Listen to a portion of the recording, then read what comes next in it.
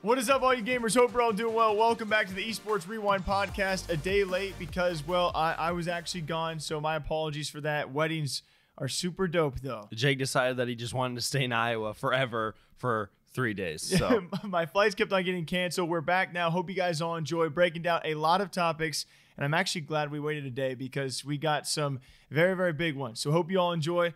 Let's get into it. Likely the biggest story we're going to be talking about so far early on this week is going to be the backlash towards Valkyrae. And I'm an idiot because this one's going to come back for me as well. But she had actually been working on something for a long, long time. Had teased it earlier this year. Something she's been working on apparently for 2 full years was a brand new skincare collection.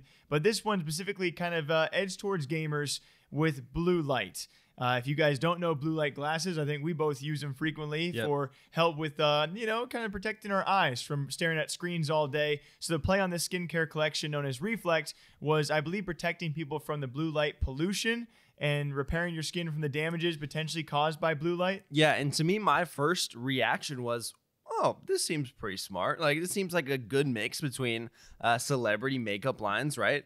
Yeah, I first saw skincare and I first saw blue light and I was like, oh, exactly. That's pretty neat. And I responded to the tweet. I'm going to leave it up there because I deserve some backlash for this. I didn't read too much into it. And a couple hours later, we found out that, well, a lot of people did reading into it. I mean, and people can argue with us as much as they want, but I don't even think people deserve backlash for that initial wave of support. I think it's natural for people to want to support someone who's been, I mean, she talked about it so much and like, oh, I put it in 2 years. Me and my team have been working on this so hard. I'm so excited for this. Everyone around her like nade shot saying, oh, I've heard you talk about this so much. I'm pumped for you. And so to put out that initial support, I think makes sense. I think it might be a problem if, today we were ignoring the fact about it. Like, oh, no, not a problem. Yeah, definitely not. Like, that's two different things. And people are just a little too quick to, want to point fingers at everyone. I don't know. And I was too quick. I should have just said congratulations, Ray. I was excited for her. She's had a lot of success as of late over the past many years, and especially with her merch drop. I thought it was going to be a really cool thing. Evidently, I didn't choose to say congratulations, Ray. I said you're a genius, and I guess I will keep it up there. Now, the backlash did really roll in very strong because of this so-called, pseudoscience, not a lot of backing to exactly what was pitched as this blue light protection product / skincare line. I don't believe the fucking blue light is destroying your skin in the way that the Reflect product presents itself.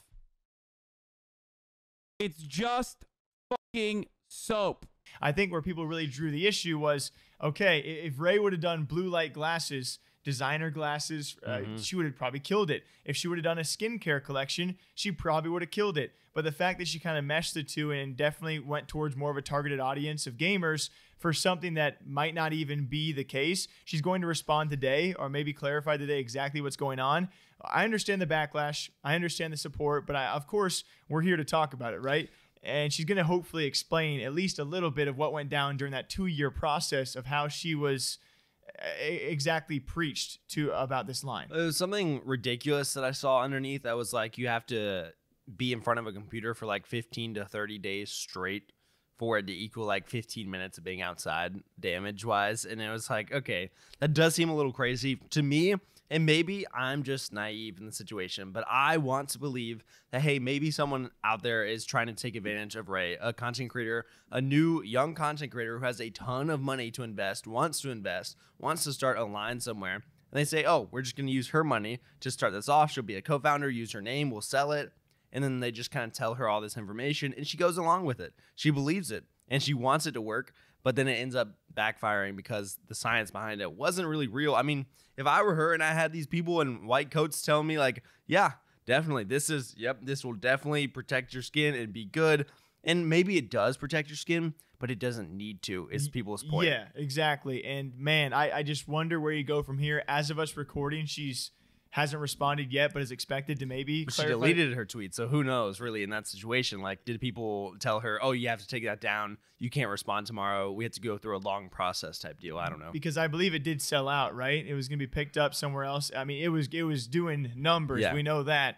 So can you pull it back? Can you correct this in any way? And I don't think I don't think there's an ill will here from Ray, maybe from behind the scenes. But again, it's up for debate where you guys stand on this. It's just a sucky situation because seeing all the responses, and certainly, you know, whether she clarifies it or not, some of that backlash is deserved based off of if this is not an actual thing.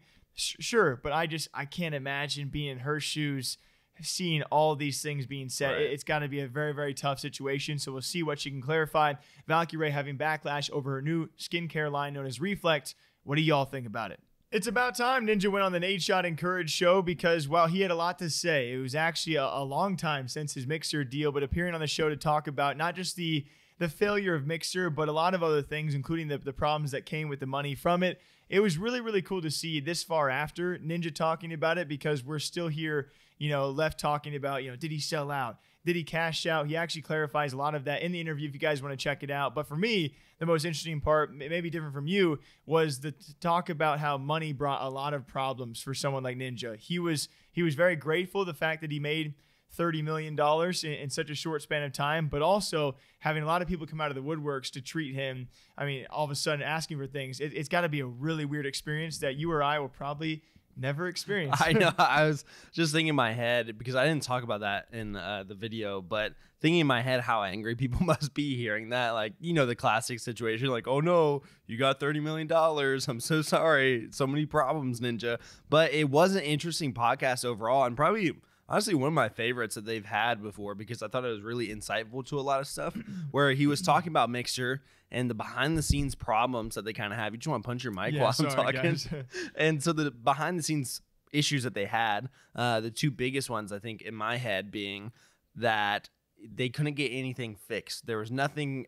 He passed it on to Mixer, their concerns, and then it had to go up the ladder to Microsoft. We're not even a big group here, and it's hard for us to get things passed. So I can only imagine what Microsoft is like. And then the other thing was the whole email situation, where even Ninja's wife, when Jess or his brothers couldn't set up an account and had to get Microsoft help, which is like, okay, if your like main name on the platform needs help setting up an account, there's probably an issue. Both my brothers and my wife needed actual Microsoft assistance to make an account, because they had an email, but it still wasn't letting them. Did they use the paperclip? Oh yeah, and it was kind of that back and forth of like, he was obviously disappointed. He really wanted this to work. He was streaming like double his hours to try and make it work, and that's all he could do. Beyond that, there's so much more than just Ninja and Shroud at Works on the website. And he was even talking about how pulling 10,000 viewers was a great feat on Mixer, but in the scheme of things, that means almost nothing. I mean, we saw how little overall viewership the site was having, and then an immediate shutdown. He's kind of left conflicted because it's disappointing. But he's also like, it was a celebration because he knew very well that with his lawyers, he was going to be paid out in full 1 year short, which kind of did clarify too. We all thought it was a 3-year deal. It sounded like it was actually a 2-year deal based on how Ninja described it, that he was going to get out a full year early. So 30 million for 2 years. And I don't think we even knew that, those official numbers. Right. I think it's interesting because so many people give Ninja flack for the situation to begin with. Of, man, you just got in there to get a quick dollar and you just wanted to make money and you abandoned Twitch, which in part, yes, he did leave Twitch for a big check. But at the same time, hearing him talk about it and say, like you said, that he doubled his streaming hours that he was contracted to do, and that he really wanted to make the whole situation work because he wanted the platform to be successful. I doubt he wanted to be the end of the joke, the butt of the joke of Mixer, you know, for so long. People made fun of him for it. And so it's interesting to hear him say how badly they wanted it to work, but no matter what they did, they just couldn't do it. Yeah, at the end of the day, I think the Mixer project kind of confirmed that a startup of any, well, I guess not even a startup, right? Even an established platform for a few years trying to come out of the woodworks like Mixer, anything besides the mighty three that we have right now, Facebook, Twitch, and YouTube, it's going to be incredibly difficult and maybe dang near impossible to try and confront all these other platforms who have built such a strong base. Ninja talks a lot about that. What did y'all think about it? Vladimir Putin's a pretty scary guy, isn't he? And he's now involved in esports over this past weekend, giving a congratulations to a team we talked about, I think it was, a couple weeks back. Yeah. And a great story arc for Team Spirit when it comes time for TI-10, winning yet again the largest prize pool as we see every single year so far, especially with this TI being stacked with the delays previously. $40+ million given out. The winner making, I believe, was it $18+ million? 18.2. I mean, I can't imagine a better finish. If you guys did miss it, it was actually down to that final game 5, which has to be the most. I don't think there's a situation in esports where you're ever going to have a single game with that big difference. Right. I think it was from 18 million to 5 million was the drop off. Can you even just that alone? I wish you could put that into a headline better, because I cannot imagine a 20 to 35 minute game coming down to a $13 million difference. Only 2 left. Can they stop a PSG LGD? I don't think they can. GQ's got it. It's over. GG. It's over. GG. They've got it. They have done it. Team Spirit. And also realize that these Team Spirit guys had, I think, their team as a whole, the organization had like 500K in earnings ever. And each of these players probably had like less than 50K. And so they're going from that amount to, you know, their 18.2 million amount, however much they end up getting out of that. We don't know those details, of course, but it is interesting. If you guys forgot, like Jake said, this is a team we talked about because in the group stages, they posted a video about their playing conditions where they're in this little bitty kitchen and they didn't have Wi-Fi 20 minutes before a match. They didn't have toilet paper. And so we were calling it that kind of fire festival of gaming. And now they went all the way and they're rich. And of course, Vladimir Putin says, no, we're rich at the end of the day. So, if you guys missed it, Vladimir Putin actually giving a thanks and a congratulations to the team, that being Team Spirit representing CIS over there. So it's just crazy. I mean, yeah, it wasn't even. It was when they arrived at the event, they find out their poor living conditions, the no internet, but the funny one being the no toilet paper. They're playing pretty much out of the kitchen.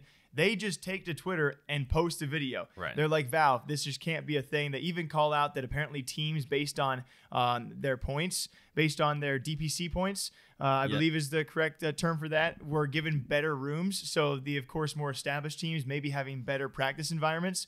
And then to go full circle and, of course, make the ultimate run. I literally, every time we talk about TI, I try and imagine what winning $18 million is like. It's like you got a few different boogas, but all in one squad. I don't know. Did you get to watch any of the clips from it or from the post, like a match interview of them? I watched the back half of the final game. Okay, so first of all, I feel like I'm required to say, because I was freaking out about it in the office, the international stage is so cool. So sick. And they have like those animated champion picks in front of them. It looks so sick. But then watching that post-match interview, you can really tell that I feel like they weren't really, I mean, obviously these players were not trained for this and like ready for an interview, because they look at them and they ask them like, how does it feel? And then there's like 10 seconds of silence where they just look at each other, the two guys, and one of them goes, and just gives a thumbs up. And so these guys were definitely not expecting it, which, to your point, I think is awesome for the scene to see a team like that, who is like a tier 2 team that people don't know. And they even talked about this on broadcast a little bit, come all the way through and win it all is really good for a scene, because people start to think, oh man, maybe we could do that, you know? And so it's awesome to see, and I was really hyped for it. It's really, really beautiful. And I know I'm stuck on the whole money thing, but now I'm just thinking about the other guys. You know, you're sitting across and you just played your life out, right? You just played the biggest series you likely will ever play, and you're looking across at the guys that just came away with, I mean, I can't imagine that kind of prize money being in front of you and you lose out on it. But either way, a beautiful run from a team like Spirit. What did you guys think about TI-10? The International does continue to keep up with the expectations, and we'll see what next year brings as well. Some good old Warzone drama happening over these past few days. It's just, there's so many controversies out there. A quick reminder, we just like to talk things out, all right? These situations, don't go give anyone a hassle for it, because it's tough situations all around, especially nowadays online where everyone is exposed to everyone. And there's a lot of critique out there, and some criticisms, well, are probably justified. This situation, a little Warzone drama out there involving TheDanDangler, a Warzone streamer, and a charity stream, which charity streams have always been a huge topic of debate. Right. If you guys remember way back to XQC and Ninja, when they were going at each other and Jessica Blevins got involved, there was even debates there of charity streams where I believe XQC might have been called out, but even he called out Ninja for going to a charity tournament and being paid to be at a charity event. So this goes way, way back. It was actually after clarifying, Dr. Lupo had to clarify he's never been paid a single dollar for what he's done for St. Jude's, which is amazing. TheDanDangler took the stream to do a charity stream for Breast Cancer Awareness Month, which is amazing. The controversy here stemming from the percentage, which was 50% of all donations would go to breast cancer awareness, and the other 50% would go right to her. This ended up being a bigger issue because then she got called out by a big name, that being FaZe Santana, I believe is how you say his name. And he just straight up tweeted about it. I think his tweet is still up. She deleted a lot of hers about the situation, but saying, the other day I witnessed a Warzone streamer take half of the donations that were being used in a fundraising stream. And so the whole situation is just a little, I would call it sticky, because she had a big graphic on the stream. It was like, okay, big, maybe subjective. It was up in the corner. It was the whole screen. Yeah, the whole screen said it. But it said 50% of all donations going to breast cancer awareness. I'm keeping the other half. And so she's being upfront about the situation, which you do have to respect to a degree, of saying you can't call her out for lying to people. She said what she was doing the whole time. And she is doing a charity stream to begin with, which is like, that is awesome. You're raising more money than I could if I went on stream, right? Like, people aren't going to be donating to me, but they're donating to you, and you're giving that to breast cancer awareness. That is awesome. But at the same time, you don't see people taking half of the donations in charity streams. That's just not really a thing. You know what could have solved a lot of this? Was there an option where streamers or where viewers could just donate 100% to charity? I don't think so. And I think that's the big kicker there, of like, they had to donate to her to also donate to charity. Yeah, that's where it becomes, I mean, I don't even know if there's a right percentage where this tails off. Like, 50% is a big cut. Yeah. Even if she would have gone 80-20, 80 to charity, I still think she would have gotten backlash. When there is charity involved and it's not 100% to charity, which is it's kind of funny, because there are many charities out there where you donate to them. Yeah. Most of that money's not making it to the cause. All right, let's play naive to that. But it just, whenever you are a streamer, and if someone has to give you money in order to give money to a cause, that's where it is a very hairy line. I'm not even sure where I fall on this, but I definitely would be like, I'm inching towards, I think this could have been done a little bit better. If it's just donations that are split, and hey, down below, if you want to donate fully, boom, right there. Right. If you want to support me and the cause, boom, here's this instead. The percentages you bring up is interesting too, because even just gut reaction for me while you're talking about it there, when you say, okay, 50-50, to me, that's almost communicating, hey, my pocket's just as important as the charity's pocket in this situation. And like, I'm valuing those equally, versus if you had done 80-20, then at least you're saying, hey, we're still mostly wanting to support this, but I have to make a living, you know? And so it's complicated. She did take to Twitter, now deleted, like I said, that she posted a video in response to Santana, and her video response was calling him out and being like, just all the sass that you could imagine, saying, well, you didn't do a charity stream. The same kind of situation we saw with XQC of, I don't see you doing this. This was a good thing that I did. How dare you come after me type vibes. And so it's complicated and a little sticky. She did delete all of the stuff, like I've been saying. And so I'm not sure where she's going, if she's just going to try to move on from it, or if people are going to continue to call her out. Man, this world is crazy when you really think about where we're at right now. A couple of Warzone streamers going back and forth. So let's just end it there. What did you guys think about it? Obviously pretty controversial.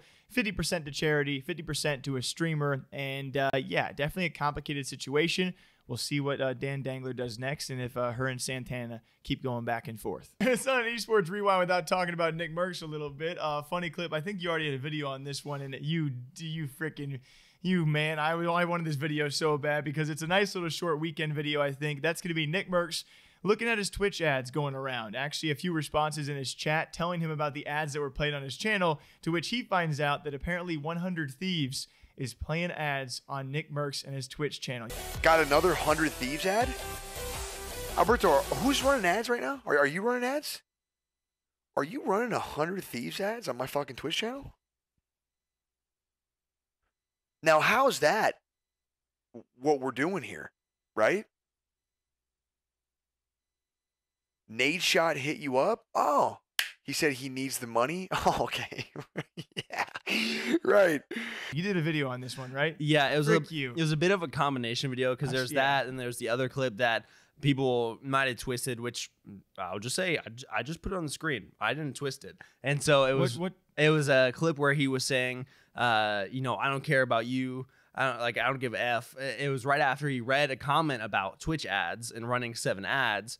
But it was really in retaliation to, it was one of his friends that he was talking to. And that's why he's being so intense about it. Oh, okay. And so it got a bit twisted for some people. But regardless, I think it was so funny. And again, it would not be funny if you were in Nickmercs situation probably. If someone you had beef with was playing ads on your stream, and they don't choose whose ads go on their stream, you know? And so it's just a weird situation for both of them. Yeah, oh man, I just wish that we were I wish this scene was like kind of we're still a big scene, but I just wish he was like cool enough where 100 Thieves would have responded or something. Obviously, given the past between these two parties, between 100 Thieves and Nickmercs, that's not going to happen, but I would have loved to see a response from 100 Thieves or like their marketing director saying gotcha, like, and then showing like the, you know, him paying Twitch for the ads to be placed on his channel. Obviously, at the end of the day, still jokes. A funny little banter moment where 100 Thieves plays an ad on Nickmercs and his Twitch channel, which, hey, he's also there to stay, and he grabbed a big old bag. So I don't think there's any hard feelings around that. Nickmercs going full circle ever since that little thing back in the day. So what did you guys think about it? Yeah. As per usual, hope you guys all enjoy the Esports Rewind podcast. Lots of big old stories this week. Hopefully some big old stories next week as well. Until then, we hope you guys all take care of yourselves, all right? Don't put any skincare lotion on, though, because that might be not good. All right, we'll see you guys next week. Frick, bye.